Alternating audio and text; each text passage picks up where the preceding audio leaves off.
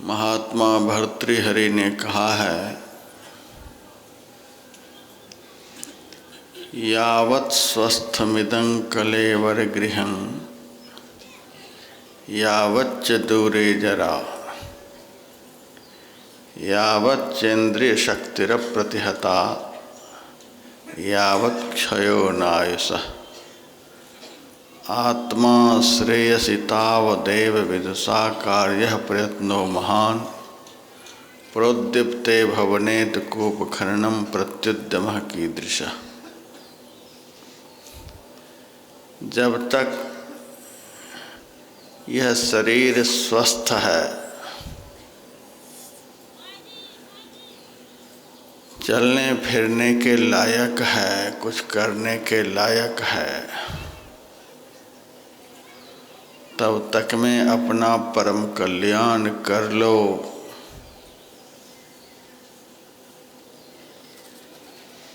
फिर कहा, जब तक इस शरीर से वृद्धावस्था दूर है, बुढ़ापा नहीं आया है, शरीर जीर्ण शीर्ण नहीं हुआ है, तब तक में अपना परम कल्याण कर लो। फिर कहा, जब तक इस देह की सारी इंद्रियां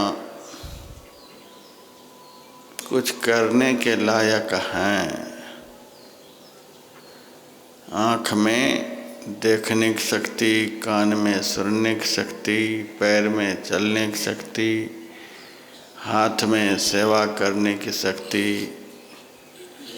नासिका में सुगंध दुर्गंध ग्रहण करने की शक्ति, वाणी में बोलने की शक्ति, मुंह में खाने की शक्ति, कहने का भाव, जब तक ये सारी इंद्रियां कुछ करने के लायक हैं, तब तक इन इंद्रियों के द्वारा शास्त्रानुकूल, धर्मानुकूल, संत ज्ञानानुकूल कर्तव्य कर्मों को करके अपना परम कल्याण बना लो।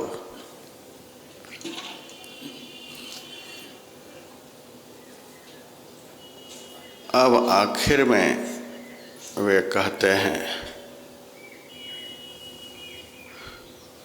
जब तक इस शरीर के ऊपर मृत्यु का आक्रमण नहीं हुआ है, जब तक काल प्रकोपित होकर इस कलेवर को नष्ट नहीं कर दिया है, जब तक इस देह में आयुष्य अवशेष है, तब तक मैं अपना परम कल्याण कर लो। नहीं तो घर में आग लग जाने पर कुआं खोदकर जल निकालना, फिर उस जल से घर की आग को बुझाना, यह सब निरर्थक सिद्ध होता है। ऐसे ही मृत्यु काल में परमात्म चिंतन के द्वारा अपना परम कल्याण बनाना कठिन है, बहुत कठिन है। प्राणपयान समये कफवात पित्तः कंठावरोधन विधौ स्मरणम कुतस्ति। अंत काल में कफ, पित्त और वात, ये तीनों दोष प्रकुपित हो जाते हैं, एक एक दोष के प्रकोपित होने पर कितने कितने रोग इस शरीर को जीर्ण शीर्ण बना देता है। जब तीनों दोष एक साथ प्रकोपित होगा तब देह की क्या हालत होगी। कहते हैं ऊपर का श्वास ऊपर, नीचे का नीचे। इस कदर दम घुटेगा, मरणांतक पीड़ा होगी। उस वक्त स्मरणम कुतस्ति, स्मरण कहाँ से होगा। उस पीड़ा के मारे ही आकुल व्याकुल रहेंगे, स्मरण कहाँ से होगा। इसीलिए जब तक ऐसा दिन नहीं आया है तब तक में अपना परम कल्याण कर लो। काल करे सो आज कर, आज करे सो अब पल में परलय होएगा, बहुरी करेगा कब।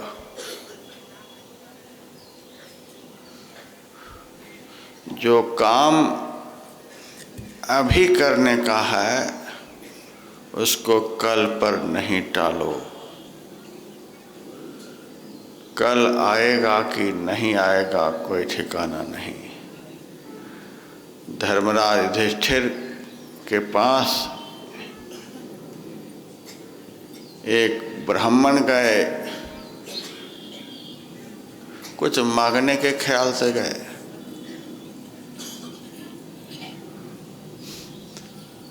धर्मराज ने कहा महाराज अभी मैं किसी कार्य विशेष से अति व्यस्त हूँ,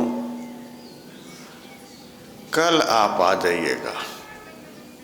आप जो कहेंगे सो हम देंगे।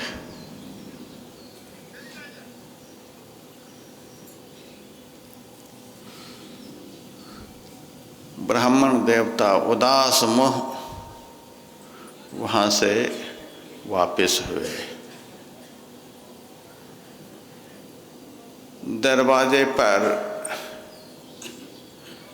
भीम मिले।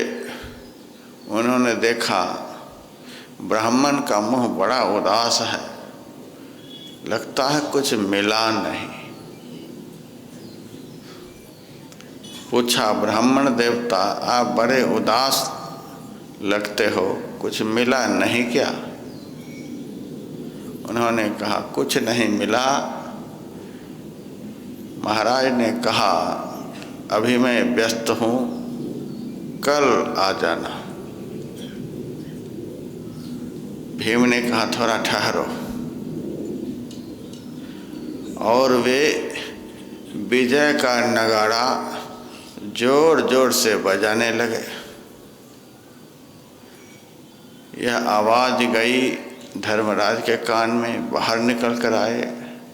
अरे भीम पागल हो गए हो, ये विजय का नगाड़ा बजा रहे हो। अभी किस राजा के ऊपर तूने विजय प्राप्त की है, किसको जीत कर आए हो जो यह नगाड़ा बजा रहे हो। भीम ने कहा सबसे बड़ी विजय आज हुई है, इससे बड़ी विजय तो आज तक नहीं हुई थी। आज किसके ऊपर तूने विजय प्राप्त, हमने प्राप्त नहीं किया, आपने की है, इसीलिए विजय का नगाड़ा बजा रहा हूँ।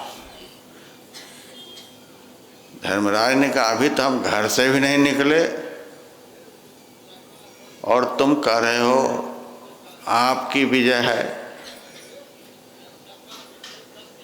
तो हमने किसके ऊपर विजय प्राप्त की है अभी।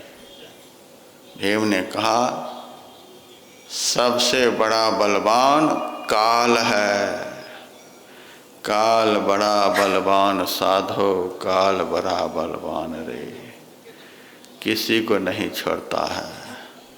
सुर नर मुनि जोगी जति सबे काल बस हो, सब काल के वशीभूत हैं।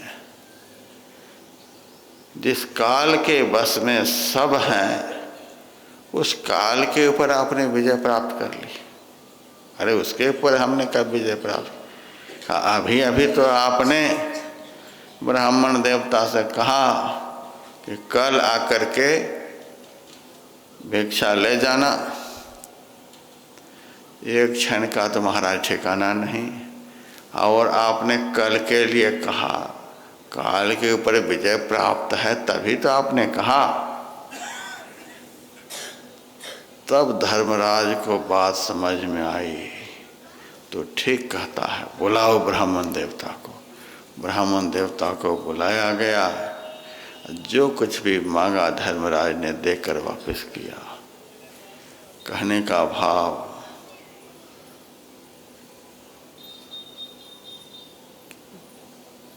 कल हमारे जीवन में होगा कि नहीं होगा पता नहीं। पाँव पलक की सुधि नहीं, करे काल को साज, काल अचानक मारसी ज्यों तीतर को बाज। महाराज दशरथ ने जीवन में जो कुछ भी करना था फटाफट कर लिया। चक्रवर्ती सम्राट बन गए, 10 दिशाओं के राजाओं को जीत लिया। देवराज इंद्र की सहायता करने के लिए 100 शरीर स्वर्ग जाते थे। उनके दुश्मनों से लड़कर उनके दांत को खट्टे करके वापस होते थे। आधा सिंहासन देवराज इंद्र का महाराज दशरथ के लिए सुरक्षित रहता था। सब काम उन्होंने जल्दी जल्दी में कर लिया और चक्रवर्ती सम्राट भी कहला गए। पुत्र नहीं हो रहा था तो गुरु के पास जाकर वह पुत्र भी प्राप्त कर लिया। पुत्र वधुएं भी घर में आ गईं, सब कुछ हो गया।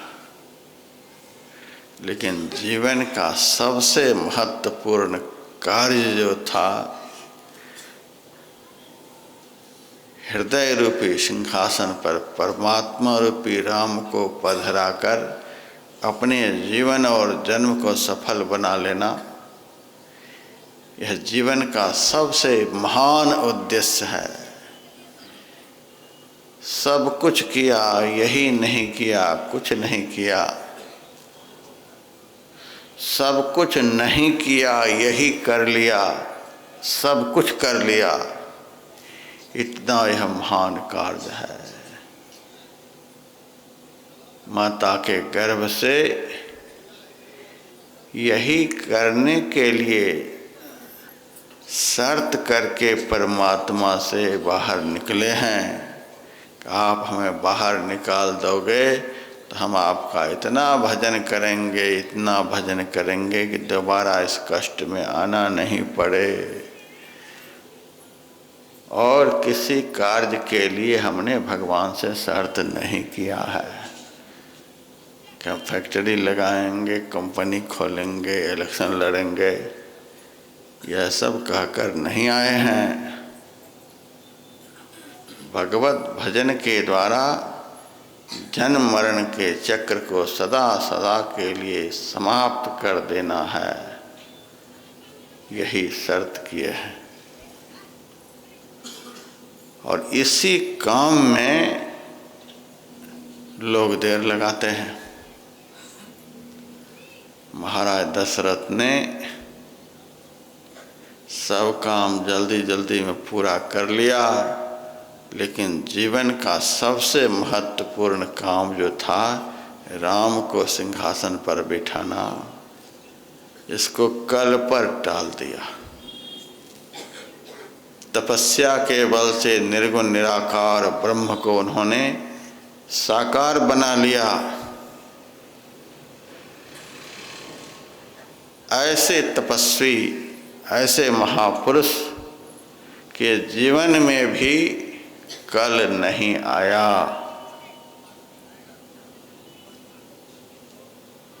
और जीवन का सबसे बड़ा लक्ष्य जो था, उस लक्ष्य को सिद्ध नहीं कर पाया। रोते रोते यहाँ से जाना पड़ा।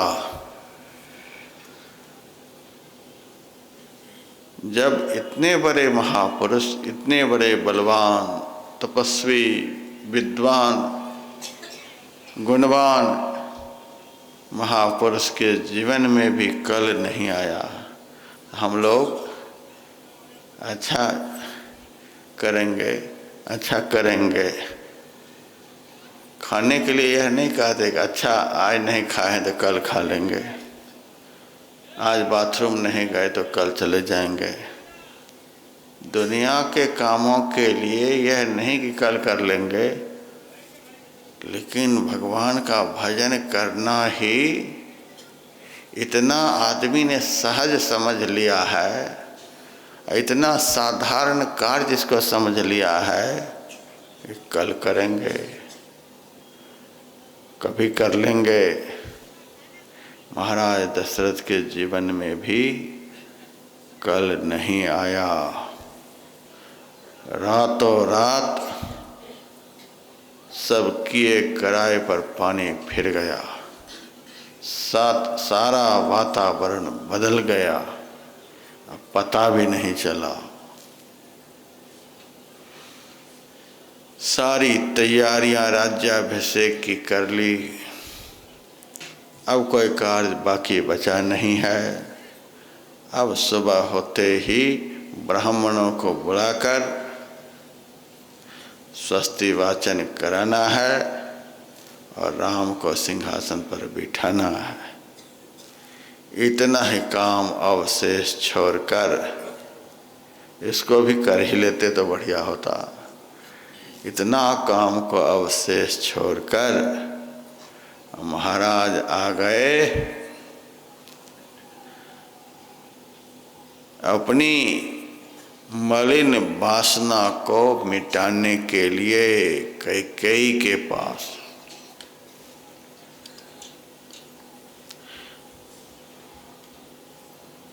बहुत सारी रामायण हैं। कहीं राजा दशरथ के 350 पत्नियों की चर्चा है, 350 पत्नियां, कहीं 750 पत्नियों की चर्चा। ऐसा राजा हमने नहीं सुना। राजा तो और भी हुए, लेकिन इन अधिक पत्नियों में भोग विलासिता के कारण बड़ी दुर्गति हुई है। एक राजा हुए चित्रकेतु, आज मैं भागवत में सुनाऊंगा। उनकी 1 करोड़ पत्नियां थी और राजा दशरथ के 750। सबसे सुंदरी, सबसे बोलने में चतुर चालाक कैकेयी थी। उनके बस में इस कदर महाराज रहते थे, दिन कहो तो दिन, रात कहो तो रात, जो कहे उसी में तैयार।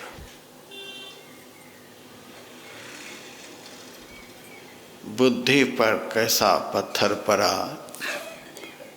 यदि कौशल्या के पास आ गए होते तो संभव था काम बन जाता, क्योंकि कौशल्या ज्ञान शक्ति है, ज्ञान स्वरूप ब्रह्म को प्रकट करने वाली है। यदि कौशल्या के पास नहीं जा पाते तो कम से कम सुमित्रा जी के पास आ जाते। सुमित्रा उपासनात्मिका शक्ति है। उपासना के बल पर 2 भक्तराज को उन्होंने जन्म दिया है। वहाँ भी जाते तो मनोरथ संभव था, सिद्ध हो जाता। कैकेयी क्रिया शक्ति है।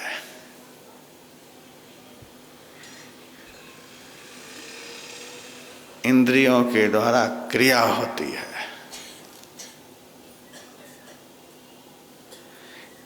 इंद्रियों के द्वारा कभी शुभ कर्म भी हो जाता है और कभी अशुभ कर्म भी हो जाता है। तो जहाँ शुभाशुभ कर्म जुड़ा हुआ है वह क्रिया शक्ति कैकेयी के पास महाराज चले गए। चले तो गए कैकेयी के महल में, लेकिन केवल महल था। कैकेयी का स्वर्ण जड़ित पलंग था, लेकिन कैकेयी नहीं थी। हाय कैकेयी कहाँ गई, कैकेयी कहाँ गई? खोज करके देख लिया, कहीं कैकेयी का पता नहीं। पहले के जमाने में एक घर बनता था माइयों के लिए, स्पेशल घर। पति से शर्त करवाने के लिए, पति को जो मर्जी सो उनसे कहलवाने के लिए, करवाने के लिए, खूब रंजिश होकर के पति के ऊपर धौंस देने के लिए एक घर बनता था। सब राजे महाराजे बनवाते थे। उस घर का नाम होता था कोप भवन। पत्नी जब क्रुद्ध हो जाती थी तब उस घर में जाती थी। अब यह घर कोई नहीं बनाता।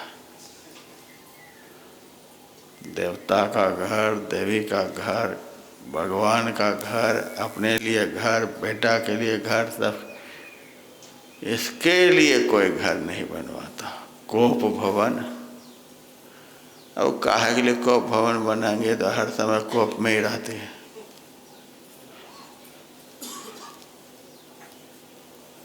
अब तो 24 घंटे महाराज हाथ जोड़े खड़े ही रहते हैं, तो इनके लिए क्या कोप भवन बनवाना है?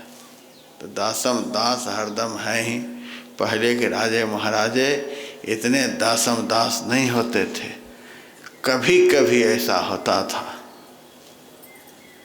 इसीलिए कभी कभी स्त्री के अंदर कोप का दर्शन होता था। यहाँ तो 24 घंटे हाथ जोड़े खड़े हैं, तो कोप भवन की कोई ज़रूरत ही नहीं है। इसीलिए सब भवन अब बनता ही नहीं, पहले बना। महाराज ने देखा घर में तो कैकेयी है नहीं।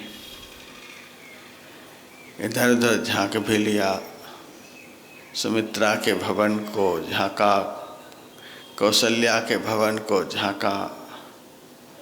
शायद सुमित्रा कौशल्या से मिलने के लिए आई हो, क्योंकि इतना बड़ा उत्सव होने के लिए जा रहा है। लेकिन उधर भी नहीं, मायके भी नहीं जा सकती इतनी जल्दी। तब मन में हुआ अब तो एक ही घर बाकी है, एक ही घर, अब तो उसी घर में होगी। कोप भवन सुनि सक चौराऊ, भय बस अघोर पड़े न पाऊ। जैसे मन में यह पक्का हो गया कि उसी घर में हो सकती है, कि राजा सहम गए। डर के मारे, कि तुलसीदास जी क्या लिखते हैं, भय बस डर के मारे पैर आगे नहीं बढ़ता है। हे भगवान, अब क्या होगा क्या नहीं, क्या शर्त कराएगी, क्या मांगेगी इस वक्त, कोई ठिकाना नहीं। ऐसे मौके पर यह कोप भवन गई है, जरूर कोई खतरा है। बरेली से एक माई का फोन आया, महाराज हम लोग जो माथे पर सिंदूर लगाते हैं इसका क्या मतलब होता है? मैंने कहा, सामने सिग्नल पर लाल बत्ती जलती है जिसका क्या मतलब होता है? गाड़ी को रोको, खतरा है। तो वही मिला जुला करके बात है। ज़्यादा इधर उधर करोगे तो खतरा है।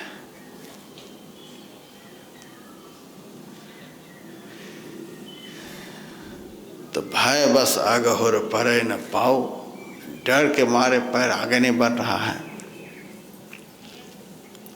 सुरपति बसई बाह बल जाके, नरपति रहहि सकल रुख ताके। सुरपति देवराज इंद्र, जिनके भुजाओं के बल पर स्वर्ग के सिंहासन पर सुरक्षित बैठते थे, ऐसे बलवान थे महाराज दशरथ। स्वर्ग के राजा जिनकी भुजा के बल पर सुरक्षित रहते थे। नरपति रहहि सकल रुख ताके, धरती पर के जितने राजे महाराजे थे सब भावों की तरफ देखते हुए हाथ जोड़े सामने खड़े होते थे।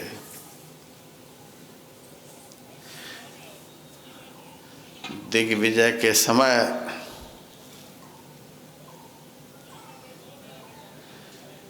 रावण सब जगह गया था,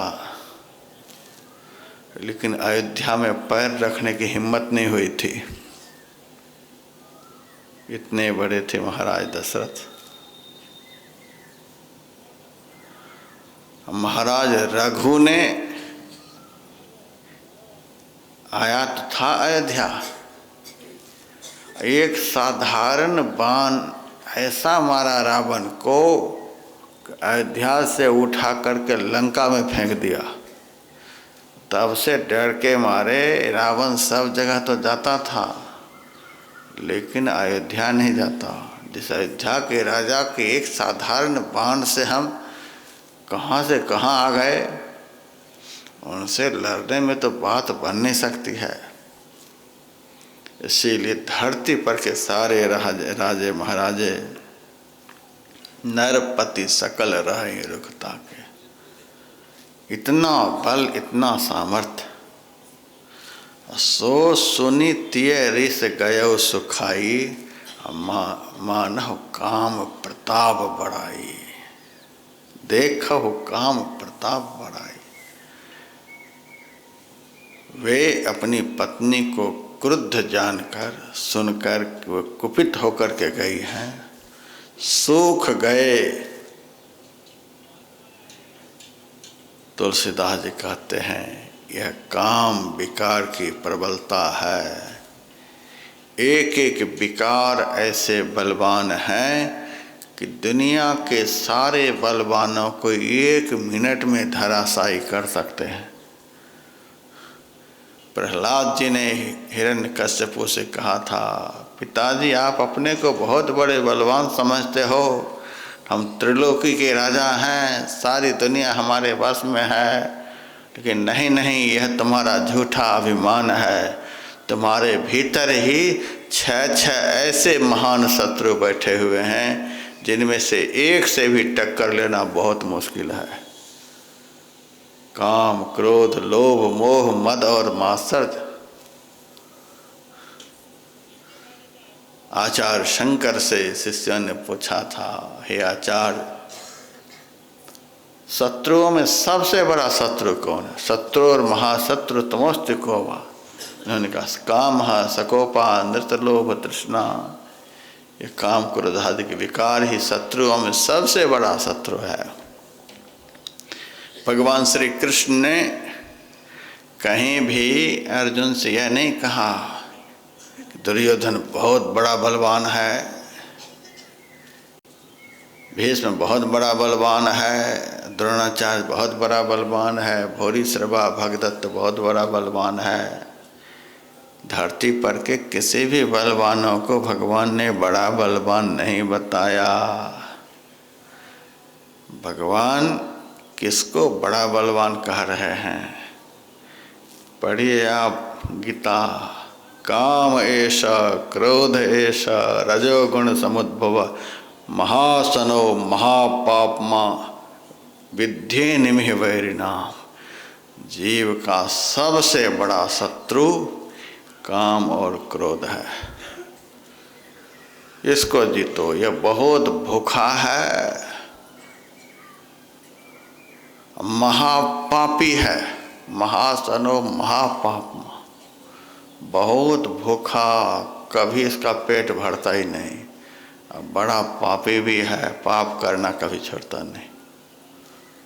अर्जुन ने कहा ये दोनों बड़ा बलवान है, बड़ा पापी, बहुत भूखा है। इन दो से हम अकेले कैसे टक्कर लेंगे? अच्छा, दो से नहीं लड़ सकता है, चलो एक से ही लड़ लो। जहि शत्रु महाबाहो काम रूप दुरासदम। हे अर्जुन, दो से नहीं तो काम रूपी दुर्जय शत्रु को ही जीत लो, एक काम को जीत लो। उसके लिए भी हाथ ही जोड़ लिया। भर्तृहरि ने लिखा, कंदर्प दर्प दलने बिरला मनुष्या। कामदेव के अभिमान को चूर कर देने वाला कोई बिरला ही मनुष्य होता है।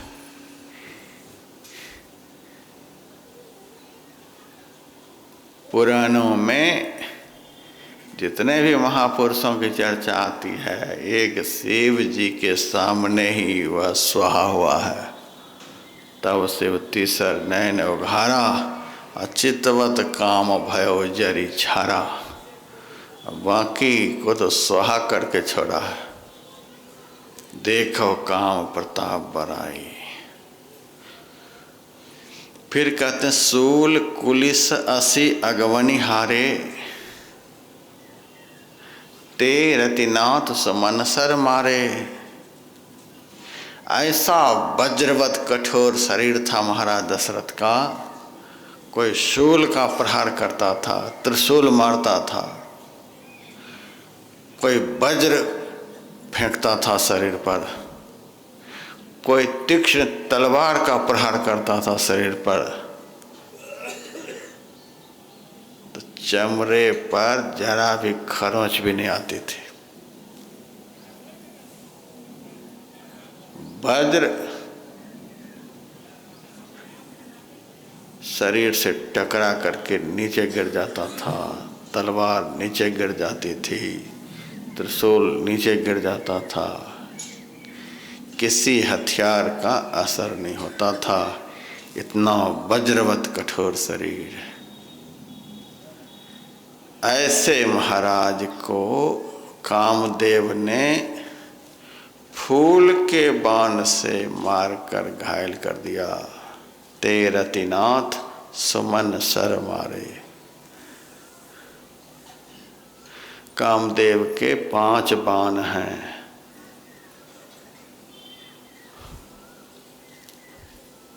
जिस काम के विषय में आपने सुना ऐसा काम है, काम 5 बाण रखता है अपने पास, और उन्हीं 5 बाणों से सबको मारता है। प्राय तो एक से ही मर जाता है, एक से बच गया तो दूसरा ठोकता है, और दूसरा से बच गया तीसरा, चौथा। किसी विरले के ऊपर 5 बाणों का वह प्रहार करता है, नहीं तो 1-2 से ही लापता हो जाता है।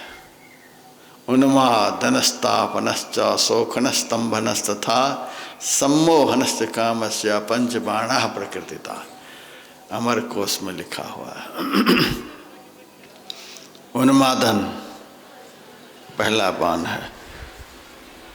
उन्माद पैदा कर देता, पागल बना देता है आदमी को। शरीर में एक प्रकार का ताप पैदा कर देता है, गर्मी। तीसरा बाण है शोषण। ज्ञान, वैराग, भक्ति, त्याग, वैराग सबका शोषण कर लेता है। शोषण बाण सबको शोष लेता है। स्तंभन, जहीं के तहीं दिमाग काम नहीं करेगा, बुद्धि काम नहीं करेगी, मन काम नहीं करेगा, सब ठंडा पड़ जाता है। अब पांचवा बाण है मोहन, मोहित कर लेता है। एक सही कदम तो पांच पांच तो बड़ी मुश्किल है। तेरति नाव तो सुमन सर मारे, बाण लग ही गया था। लगे हुए बाण को लेकर कोप भवन में महाराज पहुंचे।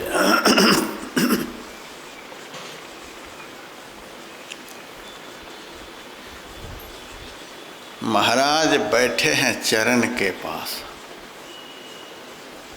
कई लेटी हुई है खाली जमीन पर, मोटा पुराना वस्त्र शरीर पर रखा हुआ है, मैला कुचैला। चरण के पास बैठे तो अभी उठकर बैठी नहीं। उसके बाद चरण को सहलाते हुए कहते हैं कि ही हेतु रानी ऋषानी पर सत पानी पति निवारही। हे रानी, किस कारण से तो कुपित हुई हो? परसत पानी, चरण को सहलाते हुए महाराज पूछ रहे कि हेतु रानी ऋषानी। तो चरण को सहलाए तो हाथ से झपट्टा मार करके उनके हाथ को हटा दे ऐसे। तो हाथ को ऐसे हटाने के बाद काली नागिन जब कुपित होती है तो कैसे फनकारती है, तो उनका हाथ, झटका लगाया हुआ हाथ कैसा लगता है? मानो सरोस भुवंग भामिनी विषम भांत निहारही। कुपित काली नागिन की तरह महाराज दशरथ की तरफ देख रही है।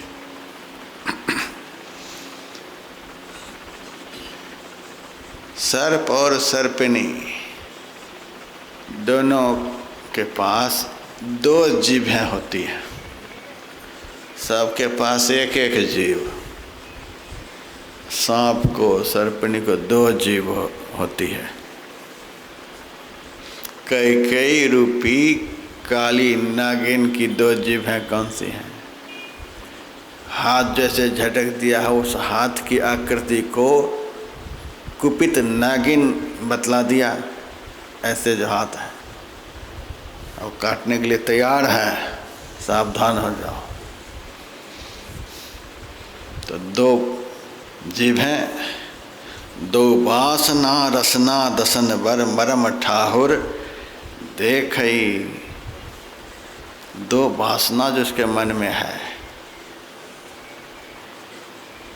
मंथरा की सिखाई हुई दो वासना।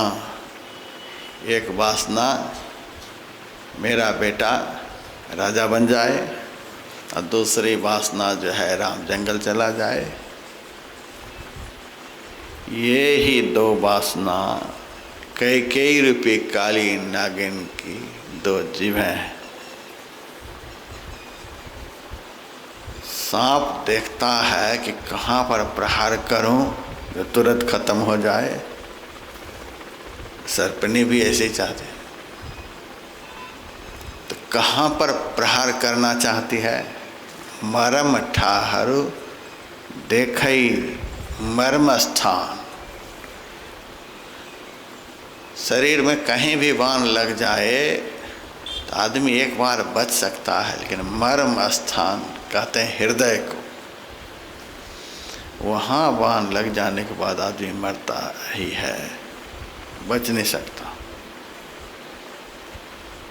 तो महाराज दशरथ का हृदय क्या है? राम। ऐसी जगह प्रहार करो कि खत्म ही हो जाए। राम के ऊपर प्रहार करो कि राम यहाँ से चला जाए। राम गया तो नहीं बचेगा। तुलसी नृपति भव तब्यता वस काम कौतुक लेखई। भावी के बस, काम के वशीभूत। महाराज दशरथ सहम गए। इस आकृति में कैकेयी को देख करके भी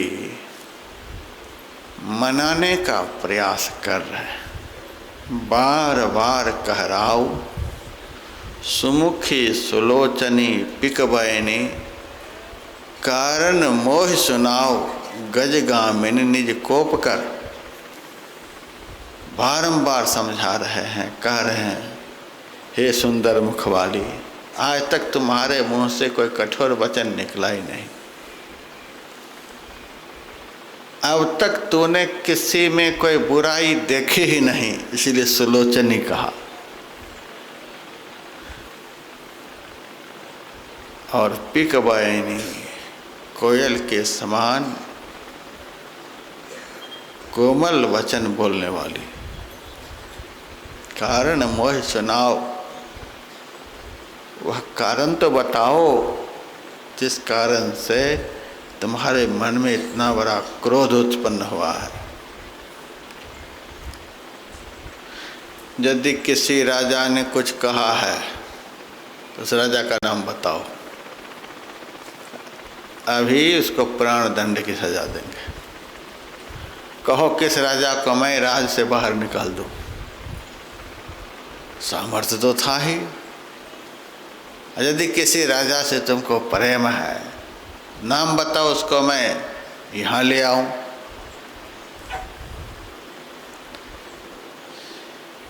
तुमसे बैर करने वाला यदि कोई देवता भी है, आज मैं उसको भी नहीं छोड़ूंगा। बता, कोई देवता ने कुछ कहा है तो देवता का नाम बताओ। मैं अमर को भी मार सकता हूँ। क्या क्या बोल रहे हैं महाराज, बहुत कुछ बोल गए, बताओ। तब भी कुछ बता नहीं रही है।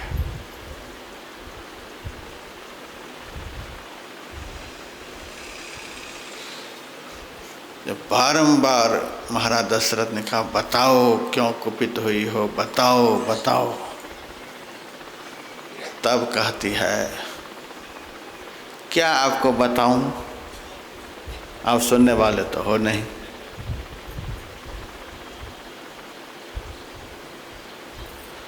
क्या मांगने के लिए कह रहे हो, आज तक कुछ दिया? जो मांगूं, दिल की कोई बात बताऊं, आप सुनने वाले तो हो नहीं। आप तो जो कुछ सुनते हो कौशल्या के सुनते हो, और जो कुछ देते हो कौशल्या सुमित्रा को देते हो, राम को देते हो। मुझे तो आज तक कुछ दिया ही नहीं, मेरा तो कभी आपने कुछ सुना ही नहीं। क्या मैं आपको बताऊं?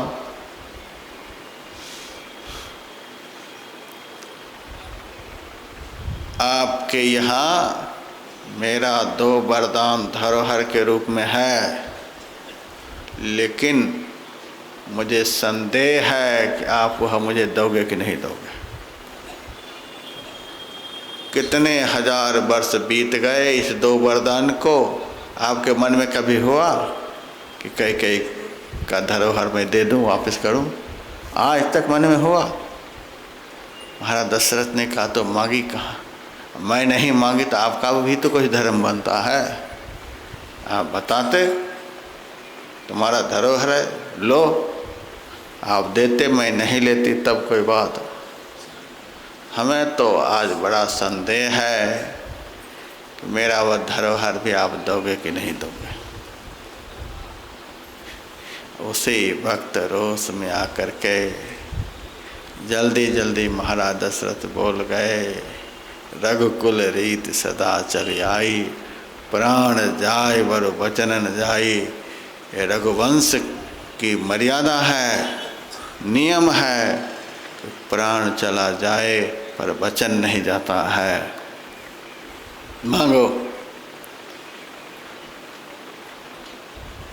आपके ऊपर हमारा भरोसा नहीं, आप देंगे कि नहीं देंगे हमको भरोसा है ही नहीं, क्योंकि अभी बात पक्की नहीं हुई है।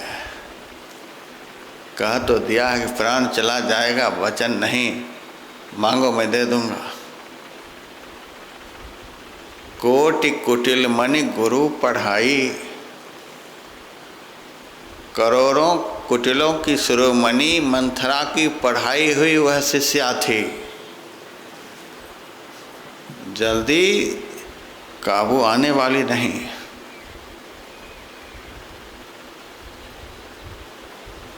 कभी कभी इस कदर पढ़ाए हुए कुटिलों के द्वारा लोग होते हैं,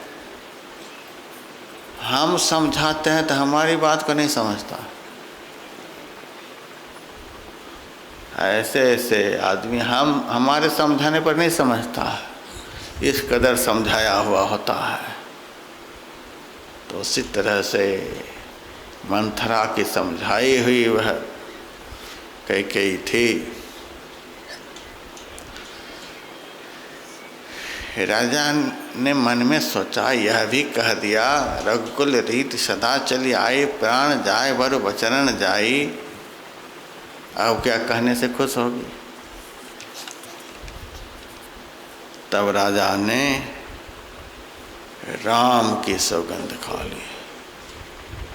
तुझे राम की सौगंध है, बताओ। जब राम की सौगंध खा ली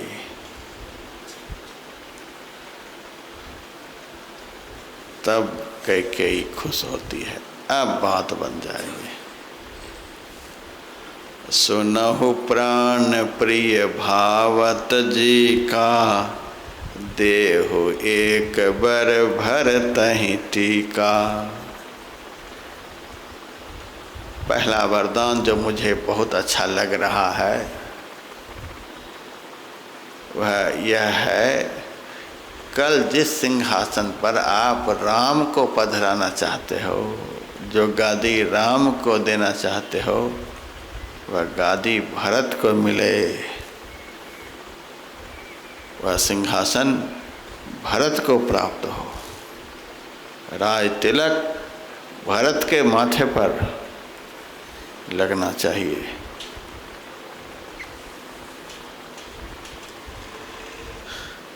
अब दूसरा वरदान सुनो। मांगऊ दूसर बर कर जोरी, पुरबहु नाथ मनोरथ मोरी। दूसरे वरदान के लिए बहुत विनयशील होकर के बोल रही है, हाथ जोड़ करके। पहला वरदान के लिए हाथ नहीं जोड़ते, इस वरदान के लिए तो खूब बढ़िया से हाथ जोड़ते हैं। हे नाथ, आप मेरे मनोरथ को पूरा कर दीजिए। संदेह है कि पूरा करेंगे कि नहीं करेंगे। बेटा को सिंहासन पर बिठा देंगे, यह काम तो कर देंगे, लेकिन राम को वन भेजने वाला काम तो उम्मीद नहीं है कि ये करेंगे। यह बेटा के सिंहासन पर बिठाने वाला वरदान से भी कठिन था, इसीलिए अति विनीत होकर के मांगऊं दूसर बर कर जोरी, पूर्वहु नाथ मनोरथ मोरी। मेरे मनोरथ को पूरा कर दे। ठीक है, मांगो। तापस वेश विशेष उदासी, 14 वर्ष राम बनवासी। तपस्वी के भेष में विशेष उदासीन होकर राम 14 साल के लिए वन में रहे।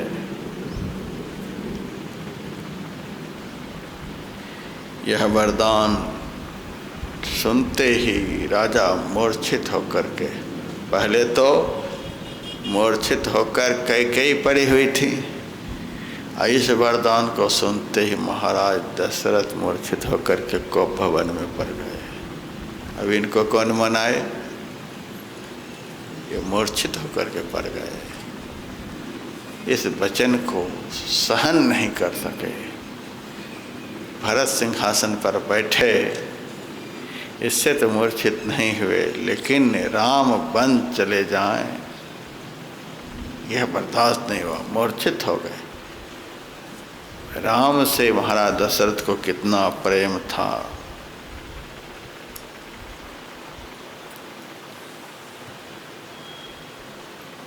फिर थोड़ी देर के बाद आँखों को खोलते हैं, अपने को होश में लाकर समझाने का प्रयास करते हैं। तुम तो कहती थी कैकेयी कि राम से हमको बहुत प्रेम है, भरत से भी ज़्यादा प्रेम है, राम साधु हैं, सब तरह से प्रिय हैं, तो आज क्या हो गया? लगता है कि तुम्हारी बात में कपट भरा हुआ था। कपट युक्त बातें मेरे से क्या करते थे? कई कहती हैं कि मैंने कभी भी आपके साथ कपट नहीं किया है। आज भी मैं कह रहा हूँ, राम साधु हैं, तुम अपराध जोग नहीं ताता। राम ने कोई अपराध नहीं किया है। राम हमको प्रिय है, राम साधु है, ऐसा ही तो मैंने कहा। तो राम को मैं साधु कहा, अब तक तो कहा, अब बनाया। तापस वेश विशेष उदासी, 14 बरस राम वनवासी। पहले तो मैं कह रही थी, अब बना दिया। कहा हुआ ज्ञान तो केवल अधूरा होता है। हम यह कर देंगे, वह कर देंगे, वह कर देंगे, करके दिखला दे। मैंने तो साधु बना करके राम को दिखला दिया। कपट कहाँ है यहाँ? मैं साधु कहती थी, राम साधु है, तो साधु को तो जंगल में ही रहना चाहिए, तपस्या करनी चाहिए। और यदि राम से हमको प्रेम नहीं होता, बहुत रहस्यमय यह प्रसंग है, कि ऐसी माता भी दुनिया में कोई नहीं हो सकती। तुम कह रहे हो कि राम से प्रेम नहीं, तो मेरे अंदर भरत से भी ज़्यादा राम के प्रति प्रेम है। जहाँ साक्षात सरस्वती मंथरा के माथे पर बैठकर वन भेजने के लिए प्रेरित किया है। मंथरा ने इतना ही तो कहा है कि राम को वन भेज दो और भरत को सिंहासन पर बिठा दो। यदि राम से प्रेम नहीं होता तो सब दिन के लिए यह वरदान में मांगती कि सदा सदा के लिए राम जंगल में चला जाए।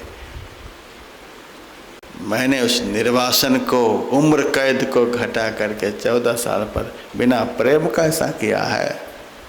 14 साल के लिए। और सुनो, अब बात रही राज्य की। मैंने अपने बेटा को तो छोटा सा राज्य दिया। अयोध्या का राज्य बहुत छोटा सा है। अब वन का विस्तार देखो कितना है धरती पर। वन का विस्तार शहर से ज़्यादा है। मैंने राम को वन का राज दिया है, अत्यंत विस्तार वाला राज दिया है। मेरे पुत्र के पास तो सीमित है, और राम को तो मैंने असीमित राज्य दिया है।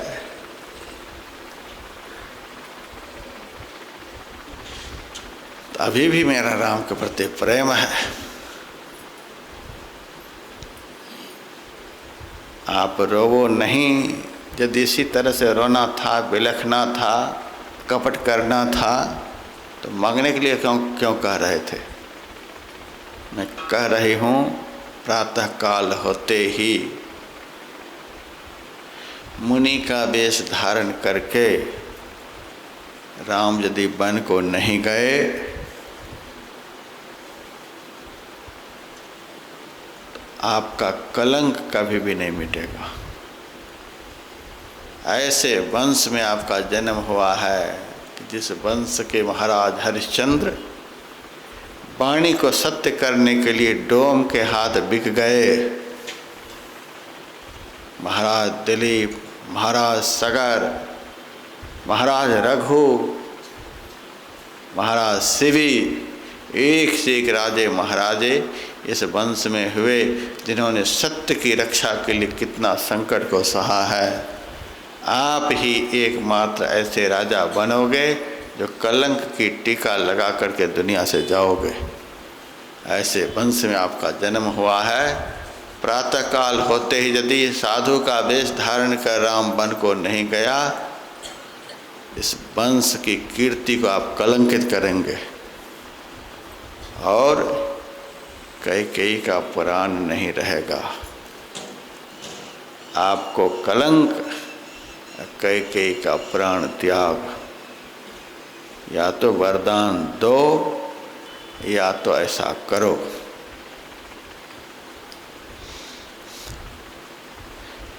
नगर शहर के सारे लोग भी आए हैं समझाने के लिए कैकेयी को, कोई भी नहीं समझा पाए हैं। ब्रह्म मुहूर्त हो गया।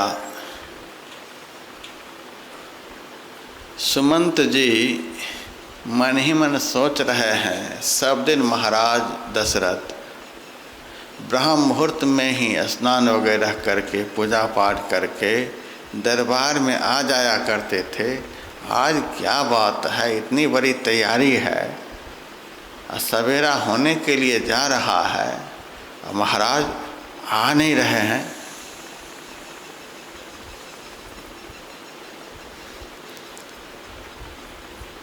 रहा नहीं गया, आ गए दशरथ जी के पास। कारण पूछते हैं माता कैकेयी से, महाराज इस तरह से दुखी हैं, इसका कारण क्या? कैकेयी कुछ भी नहीं बोलती। महाराज दशरथ के चरणों पर माथा रखकर कारण पूछते हैं, तो कारण बताते नहीं, बस इतना ही कहते हैं कि सुमंत जल्दी से राम को बुलाओ, राम को हमें दिखाओ, राम के बिना अब शरीर में प्राण नहीं रहेगा। सुमंत जी गए राम के पास और सब कारण समझा करके कहा, राम जी के मन पर जरा भी कोई असर नहीं हुआ। यही है जीवन का सही आनंद की अवस्था। राज्याभिषेक की बात आई कि कल राज्याभिषेक होगा तो प्रसन्न नहीं हुए। अब वनवास की प्रक्रिया बन रही है तो उदास नहीं है। जीवन का सही आनंद लेना है तो राम के जैसा बनना होगा। बात बात में दुखी, बात बात में प्रसन्न, बात बात में दुखी, बात बात में प्रसन्न। 1 मिनट में होश उड़ जाता है, 1 मिनट में खुश हो जाते हैं। यह कोई जीवन है? प्रसन्नतायान गताभिषेक तस्तथा न ममले वनवास दुःखतः। राज्याभिषेक सुनकर मन प्रसन्न नहीं हुआ, वनवास की खबर सुनकर मन म्लान नहीं हुआ। मन मुस्काहि भानुकुल भानु, राम सहज आनंद निधानु। ऐसे परमात्मा का चिंतन जो जीव करेगा वह समस्त परिस्थितियों में प्रसन्न रहेगा। परमात्मा ये राम कोई आदमी है?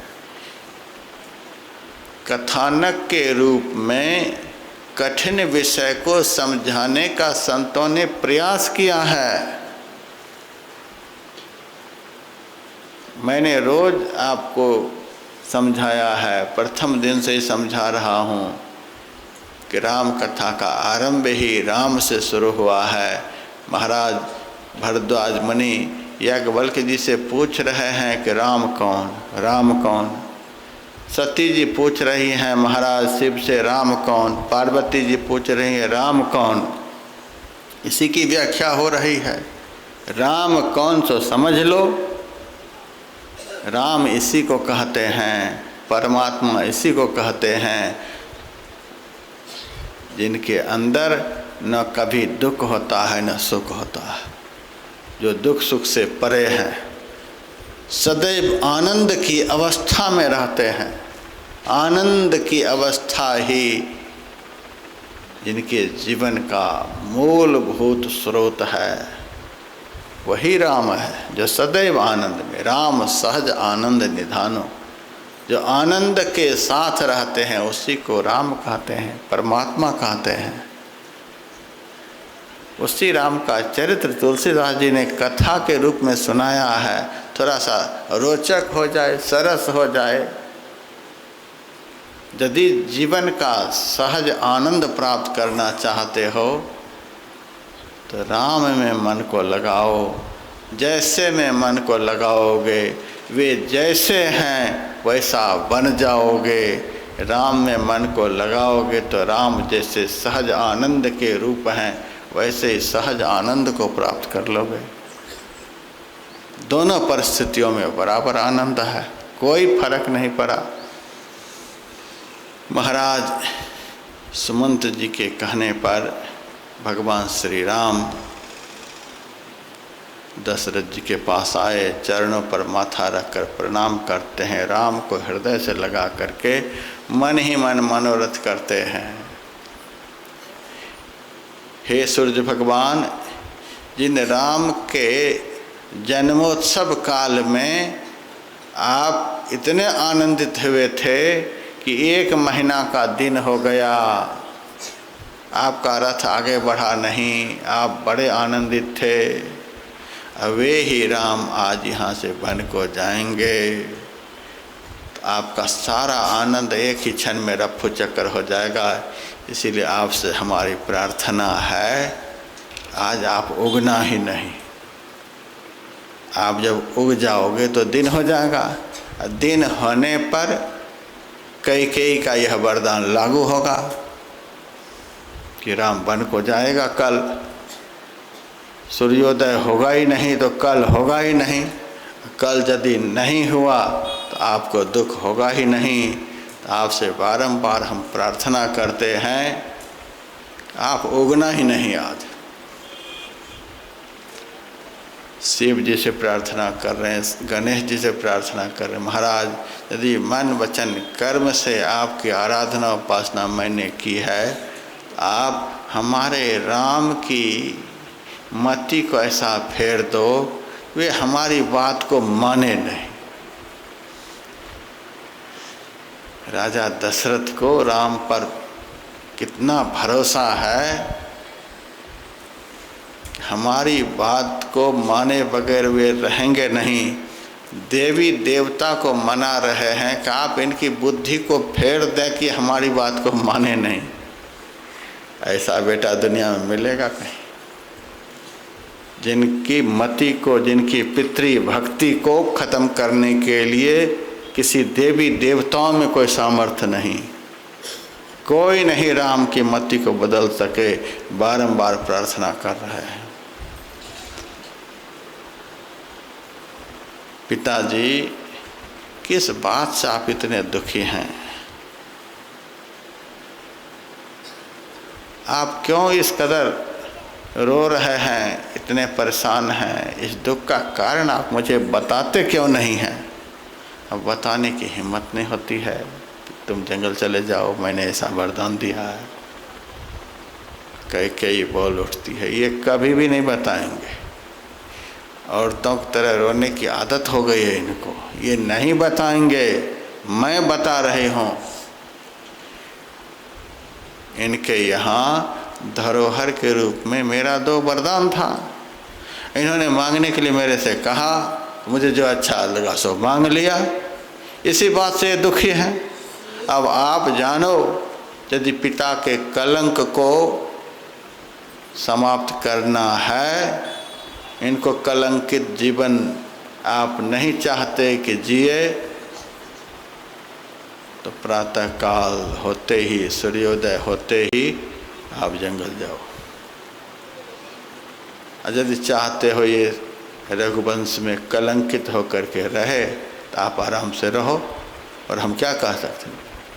जिस सत्य की रक्षा के लिए शिवी, दधीची, हरिश्चंद्र महाराज ने क्या नहीं दुख बर्दाश्त किया है, और वे ही महाराज दशरथ आज सत्य की रक्षा के लिए चिंतित नहीं हैं, रो रहे हैं कि राम जंगल को नहीं जाए। अब आप देखो, पिता की वाणी को सत्य करना चाहते हो कि आप राज सुख के लालची बनकर यहाँ रहना चाहते हो। भगवान बड़े प्रसन्न हुए। माता, यह तो बड़े सुख की बात है, इतना अच्छा वरदान हमारे पिताजी मांगे हैं, इतना सुंदर वरदान मांग करके इस कदर दुखी हो रहे हैं। देखिए, जीवन में दुख तो आता ही है, लेकिन दुख को किस तरह से सुख में बदल लिया जाता है, यह राम ने सिखलाया।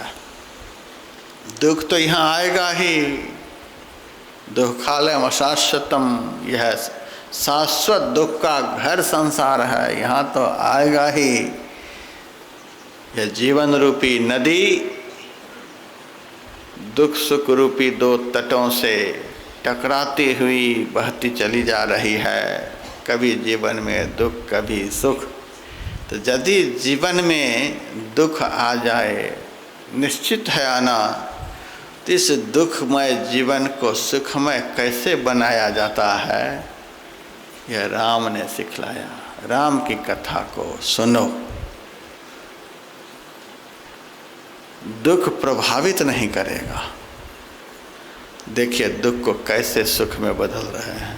माता से कहते, माता यह तो हमारे लिए बड़े सौभाग्य की बात है, इसमें महाराज को दुख क्यों लग रहा? मुनिवर मिलन विशेष वन, हम जब जंगल में जाएंगे श्रेष्ठ मुनियों से मिलन होगा। बहुत जन्मों के पुण्य से संत का दर्शन होता है। सोया हुआ भाग्य जब जगता है तब संत का दर्शन होता है। जब राम की प्रत्यक्ष कृपा होती है तब इस आँख से संत का दर्शन होता है। संतों का समागम प्राप्त होना कोई साधारण बात है। हमारा कहाँ ऐसा भाग्य, हमारे पास कहाँ इतना पुण्य, हमारे ऊपर कहाँ ऐसी ईश्वर की कृपा, तो संत का समागम प्राप्त होता, संत का दर्शन होता। आपकी कृपा से माता हमें ऐसा सुख प्राप्त होगा। मुनिवर मिलन, बड़े बड़े संत महापुरुषों से मिलना जुलना, उनका समागम, उनका दर्शन, उनका सत्संग, आहा, ऐसा होना साधारण बात है। आपकी कृपा से हमें यह दुर्लभ पदार्थ प्राप्त हो रहा है। विवेक चूड़ामणि में भगवान शंकर कहते हैं, दुर्लभम त्रयमेव तत् दैवानुग्रहेतुकम मनुष्यत्वम मुमुक्षुत्वम महापुरुष संश्रयः। 3 दुर्लभ पदार्थ हैं जो दुनिया में कोई भी नहीं दे सकते। परमात्मा को छोड़कर ये दुर्लभ पदार्थ कोई भी प्रदान नहीं कर सकते। ये 3 दुर्लभ पदार्थ कौन कौन से हैं? मनुष्यत्वम, मनुष्यत्व की प्राप्ति। स्वामी विवेकानंद कहते थे, शरीर से मनुष्य बहुत हैं, लेकिन कर्म से कोई विरले मनुष्य हैं। मनुष्य बनना कुछ और बात है, मनुष्य का शरीर पाना कुछ और बात है, मनुष्य में मानवता का दर्शन होना यह कुछ और बात है। मानवता को प्राप्त करना बहुत कठिन है। सच्चा मानव परमात्मा कृपा से ही कोई बन सकता है, ये दुर्लभ है। मोक्ष प्राप्त करने की इच्छा, जन्म मरण के दुखों से छूटने की इच्छा, अखंड सुख अखंड आनंद को प्राप्त करने की इच्छा, शरीर संसार के बंधनों से सदा सदा के लिए निर्मुक्त हो जाने की इच्छा, अविद्या अस्मिता आदि से निर्मुक्त हो जाने की सहज स्वाभाविक इच्छा सबके अंदर में नहीं होती है, जिनके ऊपर परमात्मा की कृपा होती है। और तीसरी चीज संतों का संग, परमात्मा की कृपा के बगैर प्राप्त नहीं हो सकता है। जो अत्यंत दुर्लभ पदार्थ है, हे माता, वह मुझे मिलने वाला है। मुनिवर मिलन विशेष वन,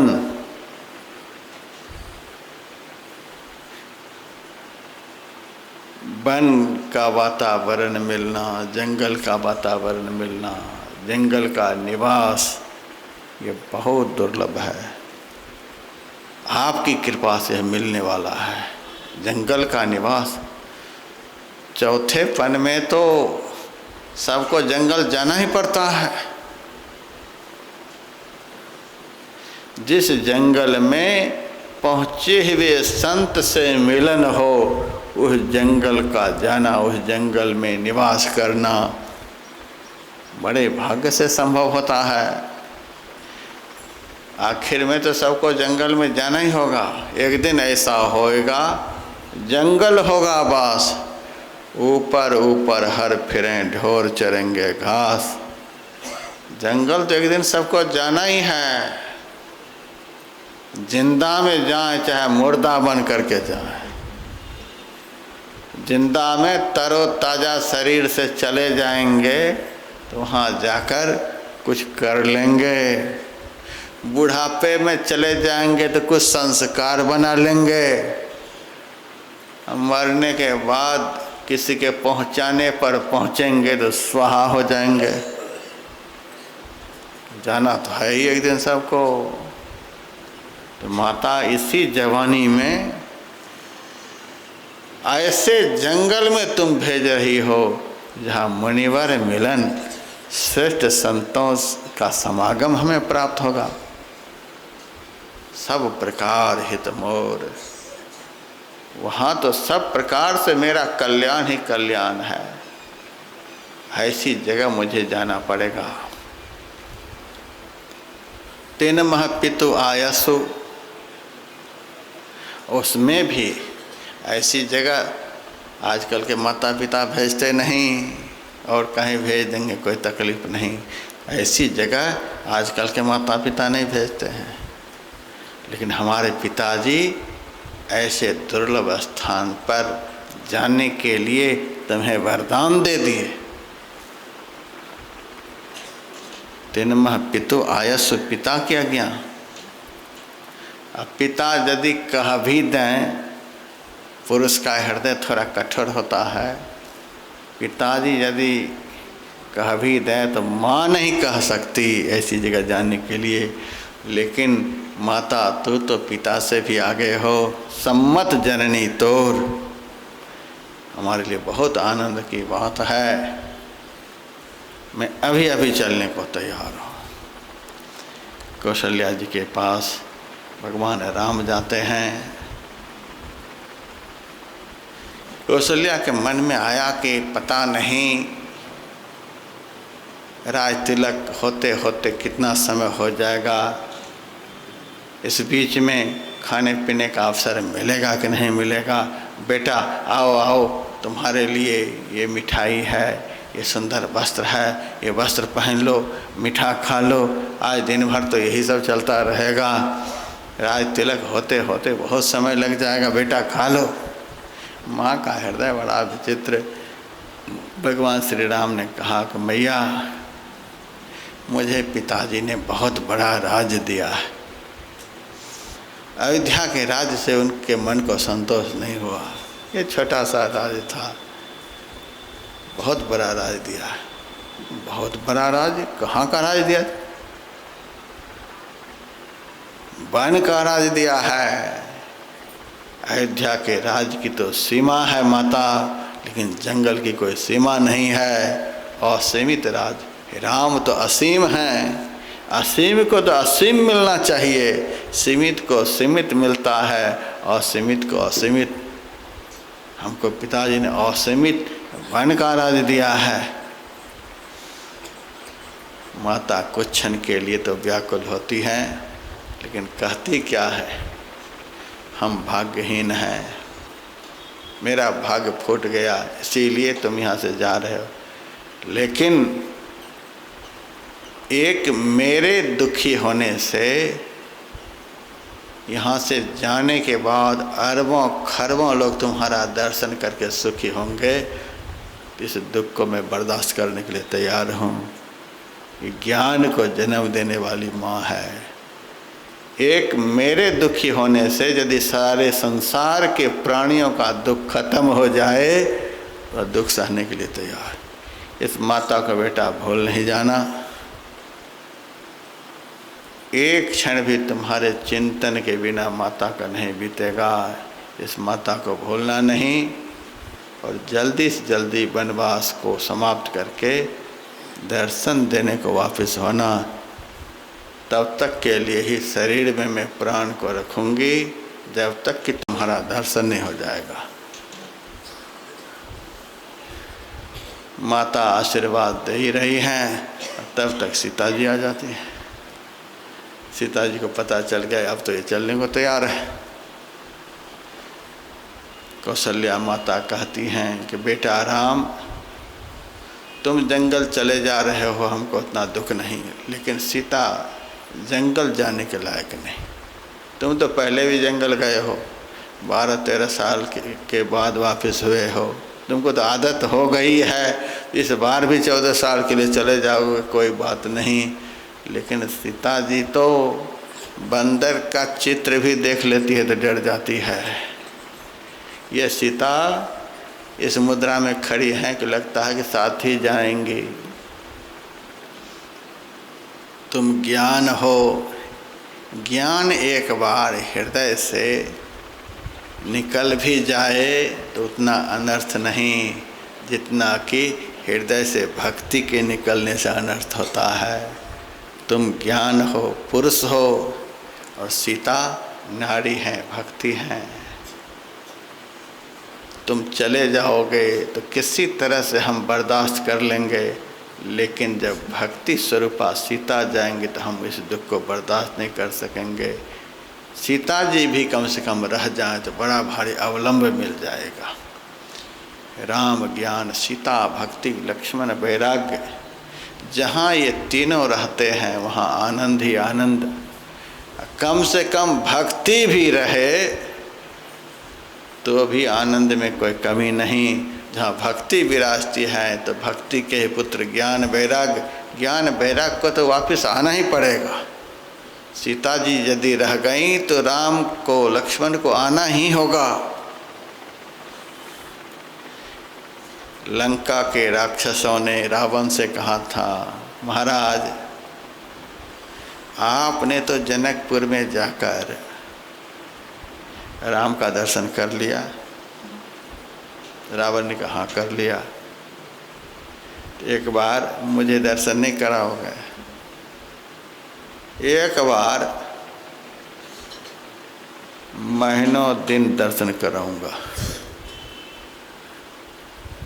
तो यहाँ राम आएंगे कैसे? आएंगे, मैं उपाय करूँगा, कोई न कोई उपाय जरूर करूँगा। बड़ा चतुर था रावण। ऐसे को उठा करके यहाँ लाऊंगा कि राम को आना ही पड़ेगा, और कोई आए चाहे नहीं आए, ऐसे को मैं हरण करके लाऊंगा कि राम को आना ही पड़ेगा, क्योंकि उनके बिना राम रह ही नहीं सकता है। दशरथ को हरण करके ले आऊंगा तो संभव है राम नहीं आए। और किसी का हरण करके ले आऊँगा, संभव है राम नहीं आए। लेकिन जब सीता का हरण करके यहाँ ले आऊँगा तो सीता के बिना तो राम जी ही नहीं सकते। सीता भक्ति हैं, जहाँ भक्ति है वहीं भगवंत हैं। भक्ति से तो अलग भगवंत रह ही नहीं सकते। भक्ति भक्त भगवंत गुरु चतुर नाम बपु एक, इनमें तो कोई अंतर ही नहीं। जहाँ सीता वहीं राम, जहाँ सीता, ये अविच्छिन्न शक्ति है। बंदों सीता राम पद जिन्हीं परम प्रिय खिन्न। जैसे जल से जल का तरंग कभी अलग नहीं होता, वैसे ही सीता से राम अलग नहीं होते। ऐसे का हरण करके मैं लाऊंगा कि राम यहाँ आएंगे और सबको दर्शन का लाभ प्राप्त कराऊंगा। सबको दर्शन होगा। मेरा उद्धार तो राम करेंगे ही, सबका उद्धार कराऊंगा। बेटा के मरने पर तो ऐसे बाप छाती पीट पीट करके मर जाता है, लेकिन देखिए रावण को लड़ने के लिए सबको भेजता रहा, सबको भेजता रहा। सब जानते थे रावण, सबको भेज दिया, सबको मरवा दिया।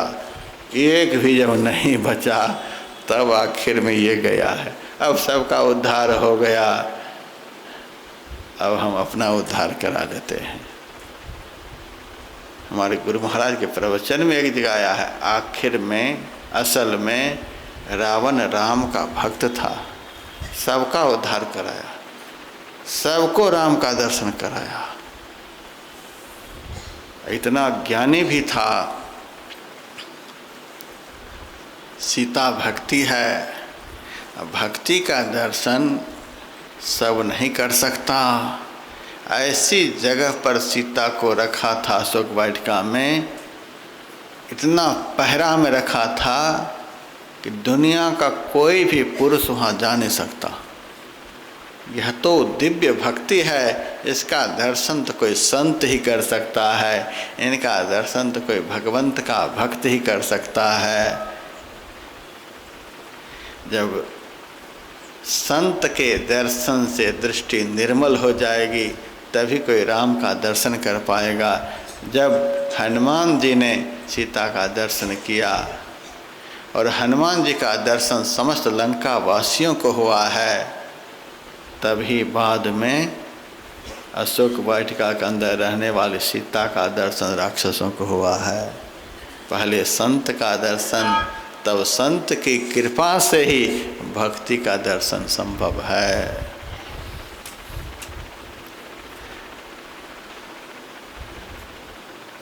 माता कौशल्या कहती हैं, बेटा अब तुम ही समझाओ, मैंने कोई कष्ट नहीं दिया है सीता को। आज तक कभी भी पूजा गृह में दीपक जलता रहता था, दीपक बुझने लग जाती थी, तो बत्ती को आगे करने के लिए भी सीता को मैंने नहीं कहा। सीता को बैठने के लिए दो ही जगह यहाँ पर है, या तो हमारी गोद या तो पलंग। पलंग पर से उतरे तो हमारी गोद में, हमारी गोद से उतरे तो पलंग पर। दीप बात नहीं टारन कहूँ, आज तक सीता को धरती पर पैर रखने नहीं दिया है, इतना प्यार किया। जो भक्ति से इतना प्यार करेगा उसी के हृदय रूपी अयोध्या में तो राम प्रकट होंगे। इतना प्यार जो भक्ति से करेगा वही राम का दर्शन कर सकता है, राम को प्रकट कर सकता है। इनको समझाओ बेटा, कम से कम सीता जी रह जाएं। भगवान ने समझाने बुझाने का बहुत प्रयास किया है, लेकिन भक्ति वही है जिनका सीधा संबंध भगवंत से हो, जो भगवंत से जोड़ दे, भगवंत से मिला दे, भगवंत का दर्शन करा दे। जिस रास्ते पर चलकर भगवंत तक की यात्रा भक्त तय कर ले, यथार्थ में उसी को भक्ति कहते हैं। भगवंत से कभी अलग हो ही नहीं सकते, और जो भक्ति को वर्ण कर लेंगे तो वो भक्ति भगवान से भक्त को अलग होने नहीं देती है। इसीलिए राम को छोड़कर अयोध्या में रहने के लिए सीता तैयार नहीं। आजकल तो 2-4-5 बार कहेंगे अरे जाने दो उनको, कितने पुरुष तो जेल में हैं, उम्र कैद है, कहाँ पत्नी मर गई, कहाँ पुलिस के साथ वो लग गई कि हमारे पति जा रहे तो हम भी जाएंगे। कोई तैयार होते हैं? लेकिन सीता नहीं मानी, जंगल जाने के लिए तैयार। कितना कष्ट होता है, राम ने कितना बताया, सीता जी नहीं मानी। ठीक है, कोई बात, चलो। सीता राम महाराज दशरथ से आज्ञा मांगने के लिए जा रहे हैं, और तब तक लक्ष्मण जी देखते हैं कि दोनों तैयारी में कहाँ चले जा रहे हैं।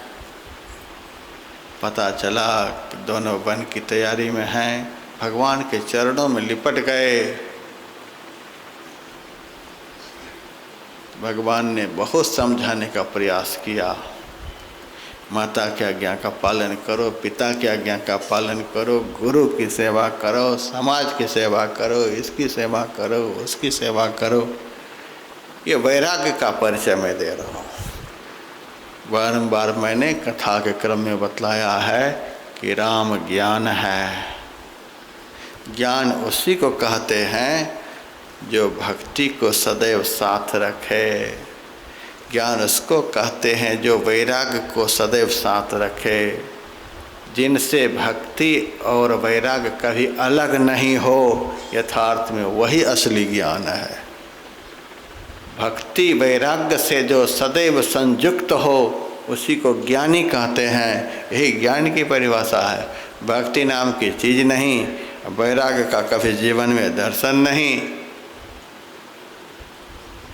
वह ज्ञान की परिभाषा नहीं, वह ज्ञानी की परिभाषा नहीं है। तो लक्ष्मण जी तैयार हैं बन जाने के लिए। लाख समझाए हैं भगवान, इनकी सेवा करो, उनकी सेवा करो। लक्ष्मण जी ने इतना ही बतलाया। लक्ष्मण जी वैराग्य के स्वरूप हैं। वैराग्य की परिभाषा, जो भगवान को छोड़कर और किसी से प्रेम नहीं करे, जिनका एकमात्र भगवान से प्रेम हो, यही वैराग्य की परिचय है। जो सबसे प्रेम करता रहेगा, जो सब में आसक्त होता रहेगा, वो सच्चा वैरागी कभी नहीं हो सकेगा।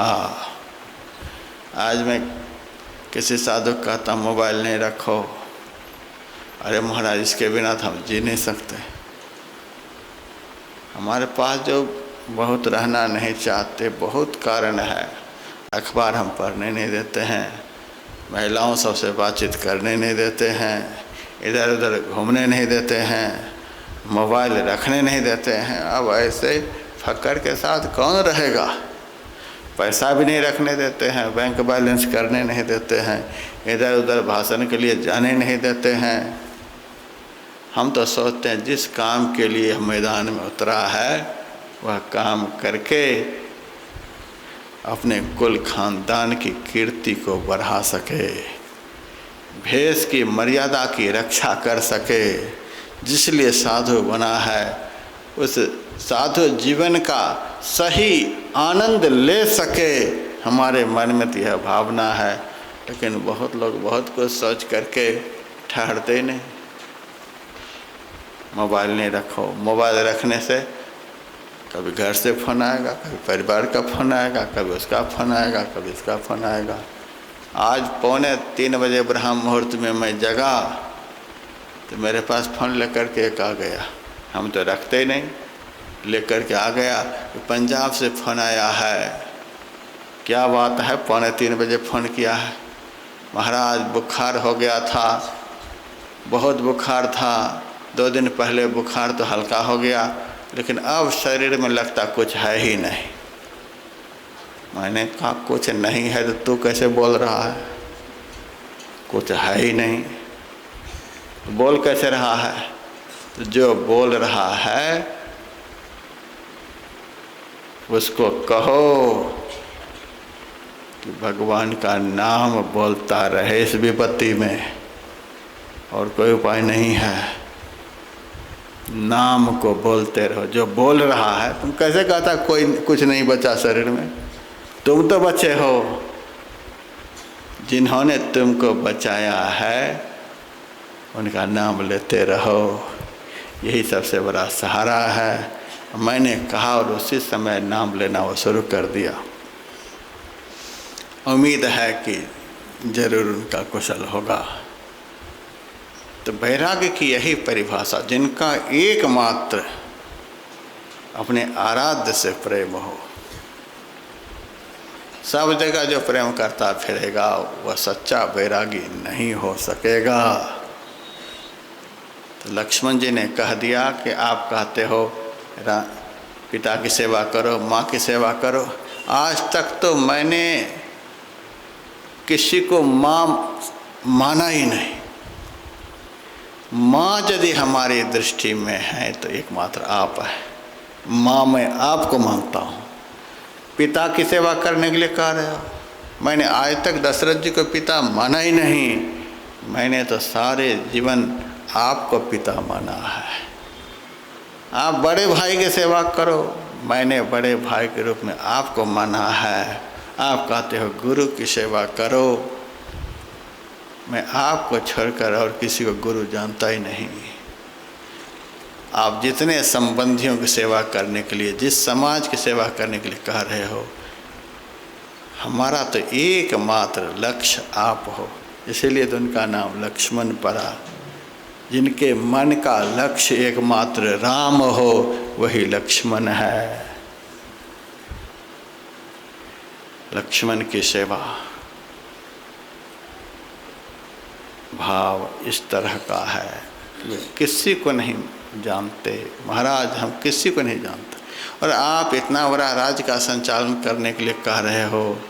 जैसे हंस का बच्चा हिमालय पहाड़ को नहीं उठा सकता, उसी तरह से मैं तो आपकी कृपा से पालित पोषित एक साधारण अज्ञानी बालक हूँ। मेरे से इतना बड़ा काम हो नहीं सकता है। मेरे माता पिता भाई बंधु सगे संबंधी सब आप हो। आपको छोड़कर मैं किसी को नहीं जानता। ये वैराग्य की परिभाषा है।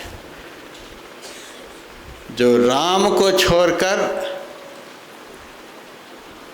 कहीं रहने को तैयार नहीं, जिनका डायरेक्ट राम से संबंध, यह भक्ति की परिभाषा। राम को छोड़कर जिनका दुनिया में किसी से संबंध नहीं, यह वैराग्य की परिभाषा है। हम किसी को नहीं जानते। भगवान ने कहा अच्छा चलो कोई बात नहीं, कम से कम व्यवहारिक सत्ता तो भगवान शंकर का है। व्यवहार में कम से कम अपनी माँ से आदेश लेकर के आओ। लक्ष्मण ने कहा यह भी मैं आपका आदेश मान कर जा रहा हूँ। अपनी माँ से आदेश लेने के लिए नहीं जा रहा हूँ। आप जो हमारी परीक्षा ले रहे हो कि तुम कहते हो कि सब कुछ आप ही हैं, फिर आदेश लेने के लिए कैसे चला गया? यह भी मैं आपके आदेश से जा रहा हूँ। कितना चतुर हैं लक्ष्मण जी कि कभी अपने ज्ञान बल में फेल होते ही नहीं। भगवान कह सकते थे जब तू कह रहा है कि सब कुछ तुम आप ही हो, माता पिता सब, तो फिर जब मैंने कहा आदेश लेने के लिए जाओ तो फिर गया क्यों? तो कह देता मैं तो आपको ही सब कुछ मानता हूँ, माता आप हो, तो मैं कहाँ जाऊँ आदेश मांगने के लिए? जब राम ने कहा आदेश मांग करके आओ, तो यह आपके आदेश का पालन कर रहा हूँ, नहीं तो और हमारा कोई नहीं संसार। जा रहा हूँ आदेश पालन के लिए।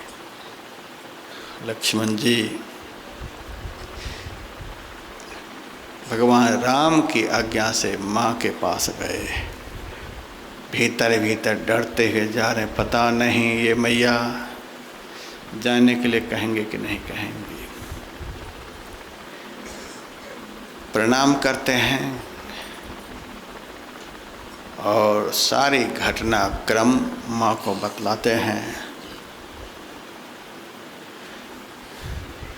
माता इतना ही पूछती है, यह सब जो सुना रहे हो तुम्हारा क्या विचार है इसमें? तुम क्या करना चाहते हो इस समय? लक्ष्मण जी ने कहा, मेरा विचार है राम की सेवा में मैं जाऊं। माता गदगद हो गई। पुत्रवती जुवती जग सोई, रघुवर भगत जास सुत होई, नतर बाज भल बाद बियानी, राम विमुख सुते हित हानि। बेटा तूने बहुत अच्छा निर्णय लिया है। हम तो इस जन्म की माँ हैं, महाराज दशरथ तो इस जन्म के तुम्हारे पिता हैं, माता सीता तो जन्म जन्म की तुम्हारी माँ हैं, और राम तो जन्म जन्म के पिता हैं। यदि तुम्हारे मन में राम और सीता के चरणों की सेवा की भावना जागृत हो गई है, इससे बढ़कर दुनिया का कोई सत्कर्म नहीं हो सकता है। बेटा मैं तुम्हें आदेश प्रदान कर रही हूँ कि जंगल जाओ। स्वप्न में भी कभी अयोध्या का चिंतन मत करना। किस तरह से सेवा करनी चाहिए स्वामी की, किस तरह से भक्ति में मन को लगाना चाहिए, माता सुमित्रा अपने पुत्र को शिक्षा दे रही है कि स्वप्न में भी राम को कोई कष्ट नहीं होना चाहिए। मन वचन कर्म से कपट का त्याग करके राम सीता की सेवा करना। कभी भी मन में ईर्ष्या द्वेष नहीं रखना। स्वप्न में भी अयोध्या का चिंतन नहीं करना, घर का चिंतन नहीं करना, परिवार का चिंतन नहीं करना।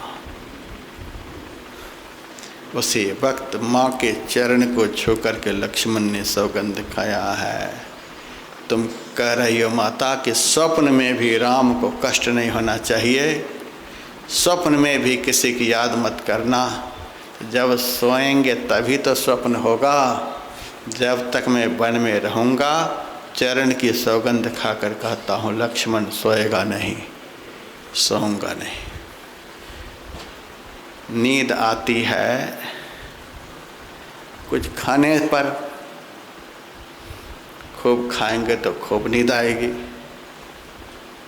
माता तुम्हें वचन देता हूँ, चरण पकड़कर वचन देता हूँ कि जब तक राम के साथ वन में रहूँगा मुँह में कुछ डालूँगा नहीं, कुछ खाऊँगा नहीं।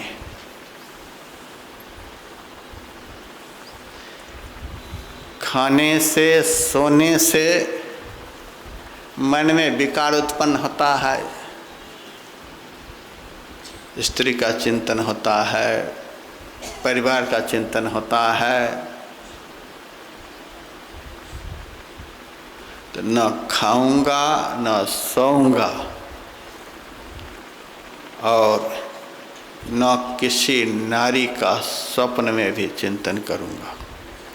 नींद, नारी और भोजन जो तीन का पूर्ण रूपेण त्याग कर देगा वही ऐसी भक्ति करेगा जिस भक्ति के करने से परमात्मा रूपी राम की प्राप्ति हो जाएगी। तीन में से एक से भी जिनका प्रेम होगा उनसे ठीक ठीक भक्ति नहीं होगी, जिनसे ठीक ठीक भक्ति नहीं होगी उनको भगवान का दर्शन तो बहुत दुर्लभ है। संकल्प लिया है और माँ को प्रणाम करके चलते हैं। वहीं पर उर्मिला जी भी हैं। उर्मिला जी छिप गई, वो तो सामने आ जाती, लेकिन उर्मिला जी छिप गई। मैं यदि सामने आती हूँ तो मेरे पति के मन में संकोच होगा। इतना बड़ा काम करने के लिए हमारे पति जा रहे हैं, मेरे कारण यदि मन में संकोच हो गया तो उस पाप का भागी मुझे बनना होगा। इतना बड़ा काम के लिए हमारे पति जा रहे हैं, हमारा धर्म बनता है हम इसमें सहयोग करें। यही तो धर्म पत्नी का लक्षण है। पति धर्म के मार्ग पर चले तो पत्नी को सब तरह से सहयोग करना चाहिए, ये धर्म पत्नी का लक्षण है। अब पति पतन की तरफ जा रहे हैं तो भी कुछ बोलने को तैयार नहीं, साथ देने को तैयार हैं, तो वह पत्नी है। पति पतन की ओर जा रहे हैं और उसमें साथ दे रही हैं तो पत्नी हैं। धर्म के मार्ग पर पति चले जा रहे हैं, मन वचन कर्म से उनको सहयोग दे रहे हैं, तो आप धर्म पत्नी हैं। तो पति जो पुण्य करेंगे उसका आधा फल उस पत्नी को प्राप्त होगा।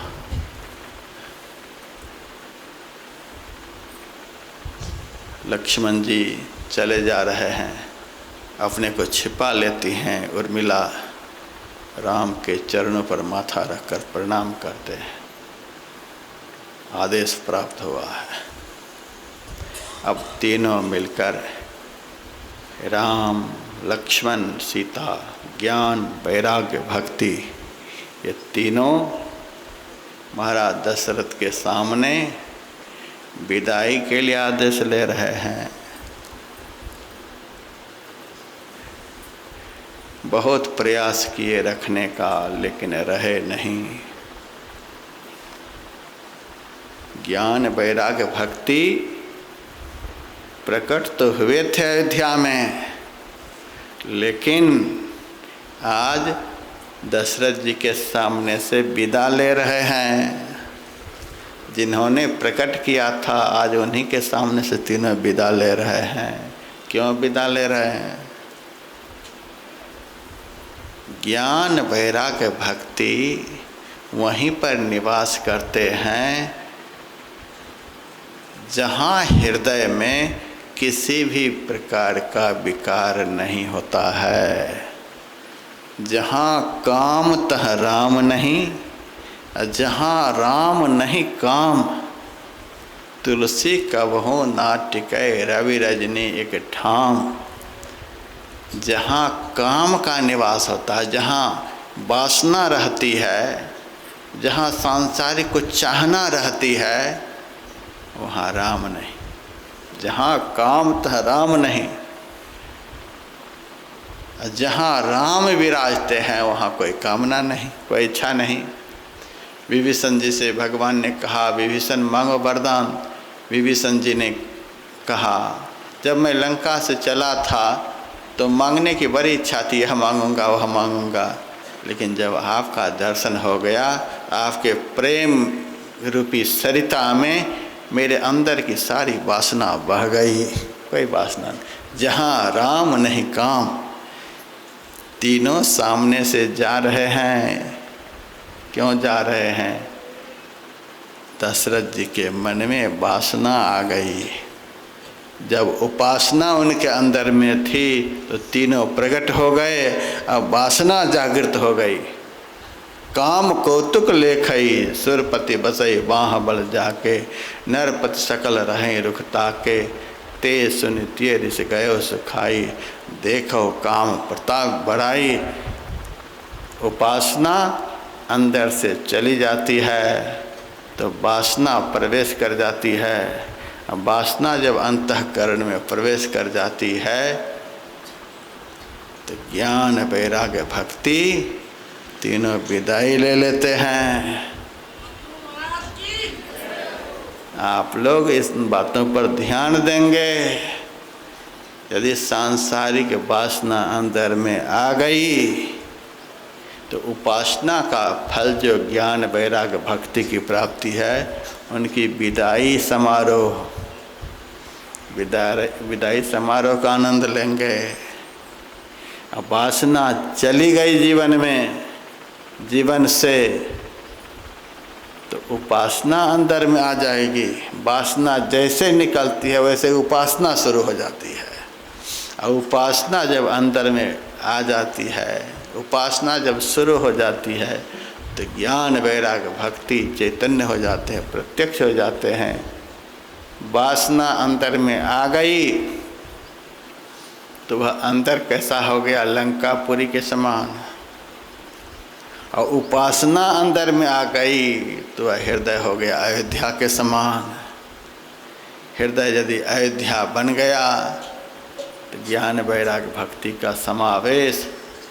हृदय यदि लंका बन गया तो देखिए, लंका से एक दिन सीता भी विदा ले लेती हैं, लक्ष्मण जी भी, राम भी।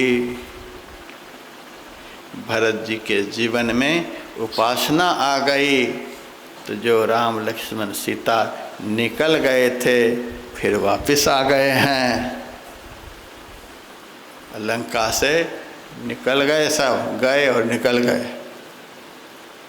प्रसंग कहीं भी नहीं आता है कि दोबारा कभी सीता लंका गई हो, दोबारा कभी राम लंका गए हो, दोबारा कभी लक्ष्मण लंका गया। एक बार मायावी भक्ति भी जीवन में आ जाए तो कुछ क्षण के लिए राम वहाँ चले जाते हैं। असली सीता तो थी नहीं, माया सीता थी। मायावी भक्ति से भी कभी कभी भगवान थोड़ा बहुत, चलो किसी भी तरह से भक्ति से तो जुड़ा है, असली भक्ति हो मायावी हो, तो कुछ क्षण के लिए राम की कृपा हो जाती है। कोई धन के लिए, कोई पुत्र के लिए, कोई स्त्री के लिए, कोई मकान के लिए, कोई व्यापार के लिए भक्ति करते हैं, मायावी भक्ति है। ऐसी भक्ति करने वाले से भी कभी कभी भगवान किसी भी तरह से, चलो भक्ति तो किया, खुश हो जाते हैं, लेकिन अस्थाई रूप से खुश नहीं होते हैं। ये अस्थाई चीज़ के लिए भक्ति कर रहा है, इसीलिए अस्थाई आनंद और अस्थाई भक्ति जो करेगा, अस्थाई चीज़ को पाने के लिए जो भक्ति करेगा, उनको अस्थाई आनंद प्राप्त होगा। तो लंका दोबारा कभी राम लक्ष्मण सीता गए ही नहीं। और अयोध्या से यदि निकले हैं, दशरथ जी में उपासना थी तो तीनों आ गए, और उपासना निकल गई, वासना घुस गई तो फिर चले गए। 14 साल उसी नगरी में जब भरत जी ने उपासना की तो उस उपासना के फलस्वरूप फिर लौट कर के आए। उसके बाद तो भगवान साकेत ही गए हैं, और अकेले नहीं गए, प्रजा सहित रघुवंश मणि पुनि गवने निज धाम। समस्त प्रजाओं को लेकर के गए, फिर भगवान ने किसी को छोड़ा नहीं। दोबारा जब लौट करके आए हैं तो सब दिन के लिए आए और सबको साथ लेकर अपने धाम में गए हैं। ये उपासना की शक्ति है। वासना के कारण सीता राम लक्ष्मण आज सामने से चलने को तैयार। जब जीव के अंतःकरण से ये तीनों सद्गुण विदा लेते हैं तो उस जीव की दुर्गति हो जाती है। प्रणाम करके तीनों निकलते हैं, गुरु वशिष्ठ जी के पास जाते हैं।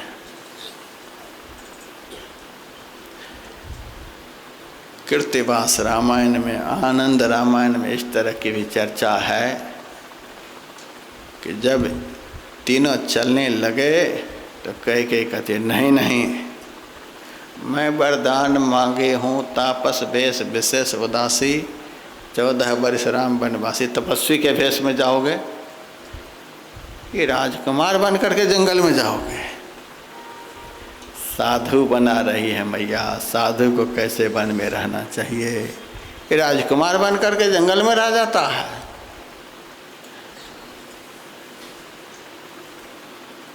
घड़ी पहन करके, चश्मा लगा करके, पीताम्बरी धारण करके चांदी की खड़ाऊँ पहन करके या आभूषण धारण करके मुकुट ले करके ये जंगल में, साधु को जंगल में किस तरह से रहना चाहिए, इस तरह से बेटा जंगल में जाओ।